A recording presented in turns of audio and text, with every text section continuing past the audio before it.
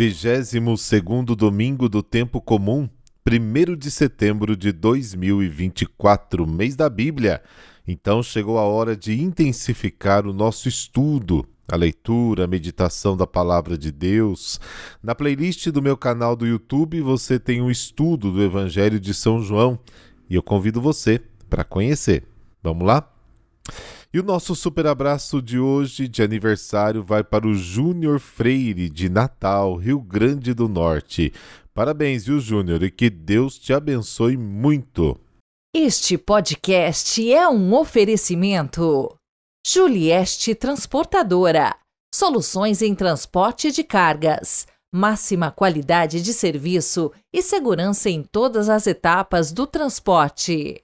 Doutor Fernando Sinagava, ortopedista especialista em ombro e cotovelo.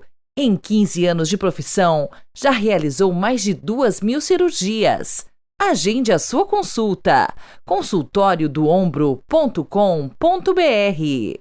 Na descrição deste podcast, você encontra o site de todos os nossos patrocinadores. Prestigie!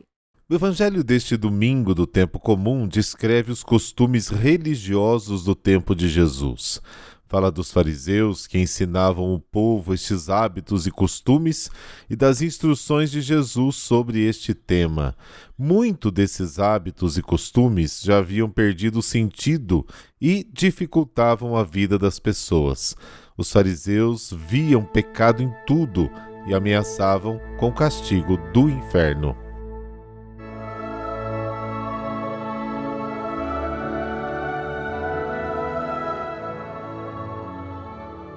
Pelo sinal da Santa Cruz, livrai-nos Deus, nosso Senhor, dos nossos inimigos.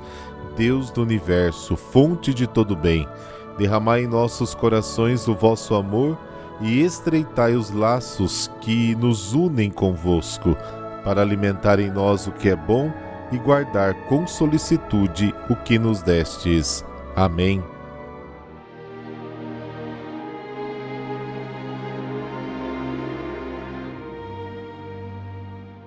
Marcos, capítulo 7, versículos de 1 a 8, de 14 a 15 e de 21 a 23. O Senhor esteja convosco, Ele está no meio de nós. Proclamação do Evangelho de Jesus Cristo segundo Marcos. Glória a vós, Senhor. Naquele tempo, os fariseus e alguns mestres da lei vieram de Jerusalém e se reuniam em torno de Jesus. Eles viam que alguns dos seus discípulos comiam pão com as mãos impuras, ou seja, sem as terem lavado. Com efeito, os fariseus e todos os judeus só comem depois de lavar bem as mãos, seguindo a tradição recebida dos antigos. Ao voltar da praça, eles não comem sem tomar banho, e seguem muitos outros costumes que receberam por tradição, a maneira certa de lavar copos, jarras e vasilhas de cobre. Os fariseus e os mestres da lei perguntaram então a Jesus: por que os teus discípulos não seguem a tradição dos antigos, mas comem o pão sem lavar as mãos? Jesus respondeu: bem profetizou Isaías a vosso respeito, hipócritas, como está escrito: este povo me honra com os lábios, mas seu coração está longe de mim. De nada adianta o culto que me prestam, pois as doutrinas que ensinam são preceitos humanos. Vós abandonais o mandamento de Deus para seguir a tradição dos homens. Em seguida, Jesus chamou a multidão para perto de si e disse: escutai todos e compreendei. O que torna impuro o homem não é o que entra nele vindo de fora, mas o que sai do seu interior. Pois é de dentro do coração humano que saem as más intenções, imoralidades, roubos, assassínios, adultérios, ambições desmedidas, maldades, fraudes, devassidão, inveja, calúnia, orgulho, falta de juízo. Todas essas coisas más saem de dentro, e são elas que tornam impuro o homem. Palavra da salvação. Glória a vós, Senhor.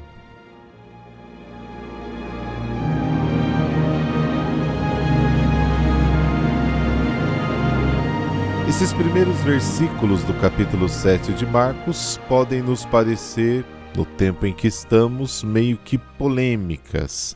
e talvez superadas definitivamente. No entanto, devemos compreender pelo menos duas declarações importantes e válidas em todos os tempos e em todo lugar. Primeiro, os mandamentos de Deus e as tradições dos homens devem manter-se sempre distintos. Os mandamentos têm valor perene e universal e são, portanto, imutáveis. E as tradições são temporárias e, portanto, podem, muitas vezes devem até ser alterados. Consequentemente, o cristão e mais geralmente o homem culto, se renova continuamente e está disponível para reformar-se e progredir-se. Uma outra ideia é que Jesus rejeita a distinção judaica entre puro e impuro, entre uma esfera religiosa separada, na qual Deus está presente, e uma esfera comum e cotidiana, na qual Deus não estaria presente, mas sim ausente. Não nos purificamos da vida cotidiana procurando Deus em outro lugar, fora no nosso dia a dia, mas pelo contrário, devemos nos purificar do pecado que está dentro de nós. Jesus desafia a distinção, agora considerada segura e indiscutível. Os chefes dos judeus se consideram puros e todos os outros impuros. A questão do puro e do impuro teve grande importância nos tempos do período do cristianismo, especialmente devido à participação de judeus e pagãos na mesma mesa, como está em Gálatas capítulo 2. Lembremo-nos da voz que Pedro ouviu na visão de Jope: o que Deus purificou já não chama profano. Atos capítulo 10. Os dois casos específicos que esta passagem do Evangelho leva em consideração são uma oportunidade de chegar ao cerne da questão que interessa a Jesus. Não é o que entra no homem que o contamina, mas o que sai do seu coração. Todos devem dar importância à conversão radical do próprio coração. Para Jesus, o coração deve ser limpo, livre, reto, de criar uma situação interior digna de Deus, porque é aí que ele se revela e vive.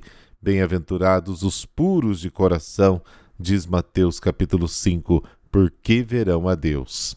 A autenticidade da vida religiosa se mede pelo coração, pelas escolhas livres que brotam do interior do homem. A santidade não está em fatos externos e puramente superficiais, mas na pureza do coração. E ao citar o quarto mandamento, Jesus mostra que aceita a força vinculativa da fé escrita de Moisés, mas rejeita algumas tradições sufocantes e enganosas que mais contradizem os mandamentos de Deus do que ajudam a compreendê-los e observá-los melhor. O que afasta as pessoas boas de Deus são as tradições religiosas desligadas do amor, que é sua fonte. O homem é sempre tradicionalista e habitual, mas o cristão rompe com o passado porque experimenta uma novidade sem precedentes, a memória do corpo e do sangue do seu Senhor que lhe foi entregue no pão. Este mistério de amor é a sua tradição, que ele recebeu e por vez transmite. 1 Coríntios capítulo 11. O discípulo come este pão e vive dele, e baseia sua vida não na sua própria observância da lei, mas na graça de Deus. O princípio do bem e do mal é o nosso coração bom ou mau, iluminado pelo amor ou cego pelo egoísmo. A norma última de comportamento para fazer a vontade de Deus vem do discernimento do nosso coração. Somos movidos por Deus ou pelo inimigo, pelo amor ou pelo egoísmo? E como dizia Santo Agostinho, ame e faça o que você quiser, porque o amor não pratica o mal. É importante a gente entender no Evangelho de hoje que os atos externos, eles são importantes, mas o que importa mesmo são os atos internos, porque tudo nasce do nosso coração. A raiz está ali, tanto do bem como do mal.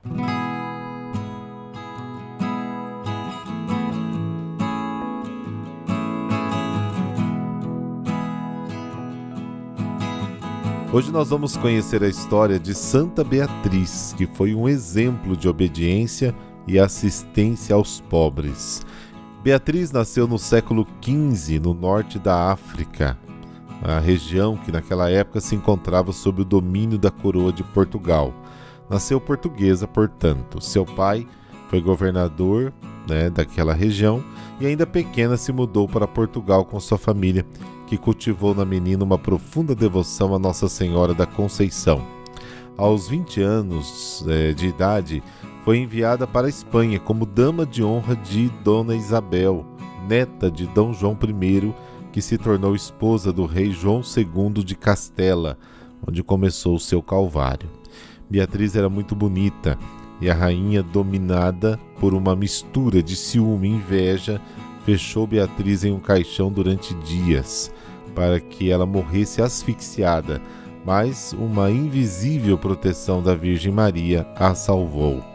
Como gesto concreto de agradecimento, Santa Beatriz aceitou sua vocação para a vida religiosa e logo em seguida partiu para Toledo, onde se recolheu no Mosteiro das Dominicanas, que é o ramo feminino da Ordem de São Domingos de Gusmão. Essas religiosas viviam sob a regra cisterciense, onde viveu cerca de 30 anos. Deus, entretanto, tinha vocacionado Beatriz para uma obra maior: fundar uma ordem de estrita clausura numa vida contemplativa, na oração, na penitência e no trabalho. Santa Beatriz da Silva deixou o mosteiro dominicano e foi morar numa nova sede, que veio a ser o berço das monjas concepcionistas. Essa ordem está caracterizada por 3 heranças espirituais de Santa Beatriz: o amor a Maria Imaculada, a paixão de Jesus Cristo e a Santíssima Eucaristia. Santa Beatriz morreu no dia 9 de agosto de 1490, com 66 anos de idade. No momento da sua morte, seu rosto foi visto transfigurado por uma grande claridade e uma estrela resplandecente sobre a sua cabeça até ela terminar o curso dessa vida. Beatificada em 1926 pelo Papa Pio XI, sua canonização foi no dia 3 de outubro de 1976 por Paulo VI. Rezemos. Senhor, Pai de bondade, aprendamos com Santa Beatriz a aceitar os desafios da vida e nunca abandonar o projeto de Deus em favor da libertação da humanidade. Guia-nos pelos caminhos da sabedoria e do discernimento e ajudai-nos a vos encontrar nos mais pequeninos e sofredores. Amém. Abençoe-vos o Deus Todo-Poderoso, Pai e Filho e Espírito Santo. Amém. Bom domingo para você e até amanhã, se Deus quiser.